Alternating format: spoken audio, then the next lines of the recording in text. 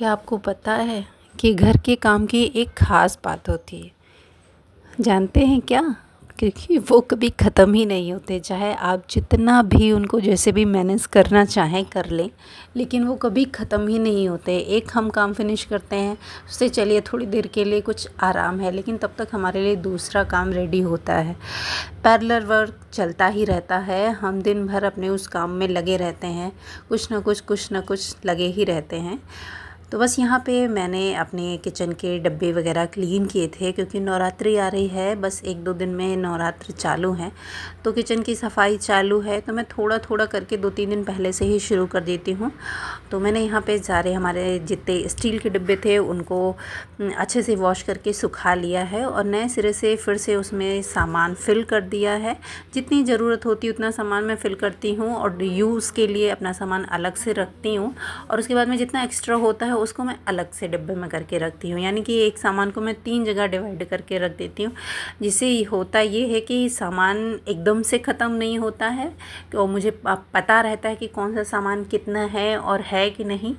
और तीसरा या दूसरा ये कि आपका सामान जूठा नहीं होता है। वैसे मैं कोई किसी भी सामान में जूठे हाथ नहीं लगाती हूँ, लेकिन फिर भी जैसे हम डेली यूज़ के लिए सामान रखते हैं वो, और जो थोड़ा सा अलग हम सामान रखते हैं वो तो अलग अलग रहता है। तो किसी पूजा पाठ या किसी व्रत वगैरह में अगर हम जैसे कोई चीज़ इस्तेमाल करते हैं तो उनको हम बेधड़क से इस्तेमाल कर सकते हैं। तो इसीलिए 2-3 जगहों पे अगर आप सामान रखेंगे तो आपके लिए बहुत ईजी हो जाएगा और बहुत सही रहेगा। मेरे लिए तो सही रहता है, वही मैं आपके साथ शेयर कर रही हूँ। और यहाँ पे मैं साफ़ करी थी जाले।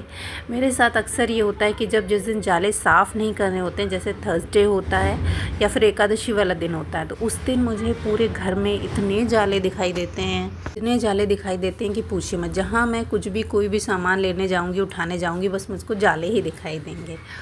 और फिर बहुत मुश्किल से अवॉइड करना पड़ता है ये 1-2 दिन, क्योंकि इस दिन जाला साफ़ नहीं करना चाहिए। फिर मैंने नेक्स्ट एकादशी के बाद थर्सडे हुआ, थर्सडे के बाद फ्राइडे को मैंने जाला साफ़ कर दिया। और जाला साफ़ करने के बाद मुझको याद आया कि अभी तो पितृपक्ष चल रहे हैं, पितृपक्ष में भी जाला साफ़ नहीं करते हैं, लेकिन अब तो जाला साफ़ हो चुका था, अब क्या कर सकते हैं।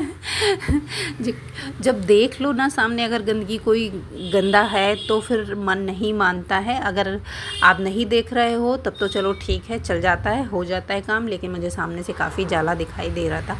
इधर काफ़ी टाइम से मेरी तबीयत ठीक नहीं थी, तो मैं अच्छे से क्लीनिंग वगैरह नहीं कर पाई। जैसे ही थोड़ी सी तबीयत ठीक हुई, बस हर जगह गंदगी ही दिखने लगी कि यहाँ भी गंदा है, वहाँ भी गंदा है, ये करना है, वो करना है। तो बस काम चालू हो चुके हैं, क्योंकि नवरात्र है, 2 दिन से व्रत चालू हो जाएंगे, तो बहुत सारा काम है। तो बस वही आज हमारी सफाई चालू हो चुकी है। तो सबसे पहले जाले वगैरह साफ़ किए, फिर कर्टन वगैरह चेंज किए। बाहर के जो कर्टन वगैरह थे उनको चेंज किया, काफ़ी गंदे हो जाते हैं। चाहे जितनी मैं कोशिश करूं कि मेरी वॉइस के साथ में और भी वॉइसेस ना आए, लेकिन फिर भी कहीं ना कहीं से आवाज़ आती रहती है। अब कभी बाहर रोड से आवाज़ आती है, कभी घर से। अभी तो बच्चे सो रहे थे तो मैंने सोचा चलो फटाफट से मैं वॉइस ओवर कर लेती हूँ, वरना ज़्यादा आवाज़ें आने लगेंगी।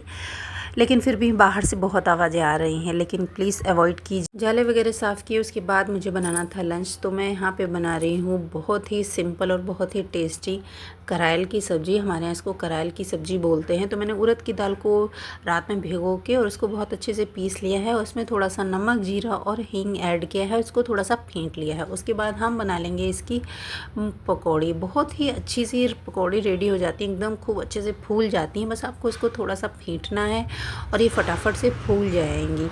क्योंकि मेरी जो बिटिया रानी है वो बोल के गई थी, आज मैं मम्मी कोई सिंपल खाना नहीं खाऊंगी, दाल चावल वगैरह कुछ मत बनाना, ये सब मैं नहीं खाऊंगी, कुछ थोड़ा सा डिफरेंट बनाना, कुछ थोड़ा सा अलग सा बनाना। तो मैंने सोचा क्या बनाऊं, तो ये दाल मैंने भिगो के रखी थी, तो मैंने फटाफट से सोचा चलो यही बनाती हूँ। सबको अच्छी लगती है, सब खा लेते हैं और थोड़ा थोड़ा सा स्वाद भी चेंज होता है। रोज़ रोज़ की वही दाल चावल, वही सब्जी, वही रोटी खा खा के थोड़ा सा स्वाद भी चेंज होना चाहिए, तभी बच्चों का मन लगता है कुछ खाने में। और इसकी सब्ज़ी बहुत ही सिंपल है, बहुत इजी, एकदम बहुत ही आराम से बन जाती है, कुछ भी कोई भी बना सकता है। तो यहाँ पे सबसे पहले मैंने तो ये पकौड़ियाँ बना ली हैं और बहुत ही फूली फूली सी, एकदम बहुत ही हल्की पकौड़ियाँ बनकर तैयार हुई हैं। और इसमें ना ही हमें लहसुन प्याज का यूज़ करना है, ना ही किसी और चीज़ का, ना ही इसमें तीम झाम कुछ ज़्यादा चाहिए। बस सिंपल तरीके से हम पकौड़ियाँ बना लेंगे। और मैंने सारी पकौड़ियाँ बनाकर रेडी कर ली थी और कढ़ाई देखिए कितनी जल गई है। कुछ भी आप बनाएं कढ़ाई जल जाती है ज़रूर, मुझसे बहुत जलती है। ज़रा सा भी अगर इधर उधर हो जाओ ना तो कढ़ाई जल जाती है। तो जो उसमें ऑयल बचा था उसी में मैं आगे की रेसिपी बनाने वाली हूँ। तो मैंने थोड़ी सी जीरा और थोड़ा सा हींग ऐड किया है। बाकी हमारे ये रूटीन के मसाले, हल्दी, मिर्चा, धनिया और नमक, बस इसमें और कुछ भी नहीं जाएगा। इन्हीं मसालों से हमारी सब्ज़ी बहुत ही टेस्टी सी बनकर तैयार हो जाएगी। और जो हमारी दाल है ना उसमें से थोड़ी सी दाल हमको ऐसी कच्ची रख लेनी है और उसको अच्छे से पानी डाल के उसको हमें हाथ से एकदम अच्छे से मिक्स कर लेना है और हम इसकी बनाएंगे ग्रेवी। तो जब हमारा थोड़ा सा मसाला पक जाएगा, क्योंकि हमने मसाले में ज़्यादा कुछ सामान ऐड नहीं किया है तो पकने में इसको बिल्कुल भी टाइम नहीं लगता है, बस फटाफट से पक जाता है। और जो दाल को हमने पानी के साथ घोला उसको हम इसी में ऐड कर देंगे और इसमें अपने हिसाब से जैसी हमको ग्रेवी रखनी है उस हिसाब से हम इसमें पानी ऐड कर देंगे। क्योंकि दाल है तो थोड़ी देर बाद ये थोड़ा सा थिक होने लगेगी, तो जैसा हमको ग्रेवी चाहिए, जितनी ग्रेवी हमको चाहिए उस हिसाब से हम इसमें पानी ऐड कर देंगे। थोड़ी देर इसको पकने देंगे।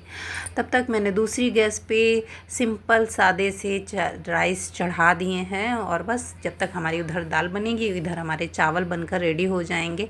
हमारा सिंपल सा लंच रेडी हो जाएगा। और हमारी ग्रेवी बहुत अच्छे से उबल रही है। तो देखिए कि जब ये दाल उबलने लगती है ना तो इसमें जो दाल होती है ना ऊपर की तरफ आने लगती है, फूलने लगती है। तो हमें इसको अच्छे से हल्के हाथ से मिक्स करते जाना है जिसमें गांठ वगैरह ना बने, और हमें इसे अच्छे से मिलाते हुए इसको चलाना है। और थोड़ा सा और उबाल आने देंगे 1 आधा मिनट और उसके बाद हम इसमें ऐड करेंगे पकौड़ियाँ जो हमने बना के रखी हैं। और बस थोड़ी देर ही हम इनको पकाएंगे और हमारी बहुत बढ़िया सी सब्ज़ी बनकर रेडी होगी। अब हमको बस इनको 3-4 मिनट के लिए और उबालना है, उसके बाद हमारी सब्ज़ी बनकर रेडी हो जाएगी। और अभी मेरी सफाई चल ही रही थी, अपना काम बीच में छोड़ के पहले मैं लंच बनाने लगी। क्योंकि मेरी बेटी के चल रहे हैं एग्ज़ाम तो वो थोड़ा सा जल्दी आ जाती है। तो जब जल्दी आ जाते हैं बच्चे तो उनको जल्दी खाना चाहिए। वैसे थोड़ा लेट तक आते थे तो मैं थोड़ा लेट में खाना बनाती थी, अभी जल्दी आ जाते हैं तो थोड़ा जल्दी बनाना है। तो इसी वजह से फटाफट से मैंने पहले लंच प्रिपेयर कर दिया, उसके बाद बाकी के काम तो ऐसे चलते ही रहेंगे। और बस झाड़ू लगाने के बाद मैंने अपनी बेटी से बोला कि बस मैंने अब काफ़ी सफाई कर ली है और मॉपिंग का काम तुम्हारा है, अब तुमको करना है, चाहे खाना खाने के पहले कर लो चाहे खाना खाने के बाद, एज योर विश। तो मैंने यहाँ पे झाड़ू कंप्लीट करके रखती थी और उसके बाद मैं अपने और दूसरे कामों में लग गई। अपनी वॉशिंग मशीन में कपड़े वगैरह डालने थे वो सब करने लगी और मैंने मॉपिंग का काम छोड़ दिया। क्योंकि बच्चे जब बड़े होते हैं ना तो आपकी काफ़ी हेल्प कर देते हैं, लेकिन आजकल के बच्चे जो है ना जब तक आप उनको बोलोगे नहीं ना तब तक वो नहीं उठते, ज़रूर उनको बताना पड़ता है। तो जब आपको ज़रूरत हो तो आप ज़रूर बताइए और अपने बच्चों से हेल्प ज़रूर लीजिए। कोई ज़रूरी नहीं है कि आप ही सारा काम करती रहें।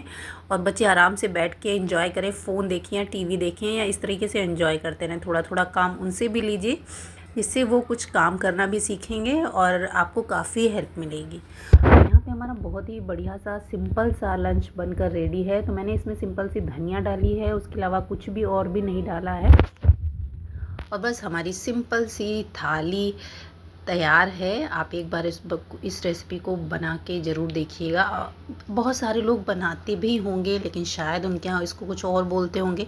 हमारे यहाँ यूपी में इसको करायल बोलते हैं। पहले जब फंक्शन वगैरह होते थे पहले के ज़माने में, अभी की बात नहीं कर रही हूँ, काफ़ी टाइम पहले तो इस तरीके की रेसिपीज़ वगैरह बनती थी।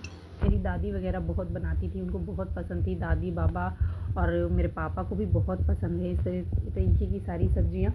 तो ज़रूर बनाइए, ज़रूर ट्राई कीजिए और इन्जॉय कीजिए। और उसके बाद मेरे पास रखे हुए थे नींबू, तो मैंने इनको कट किया है क्योंकि मुझे इनकी भी एक रेसिपी बनानी है, इनका एक अचार बनाना है। जल्दी से मैं आप लोगों के साथ शेयर करूँगी इसकी रेसिपी।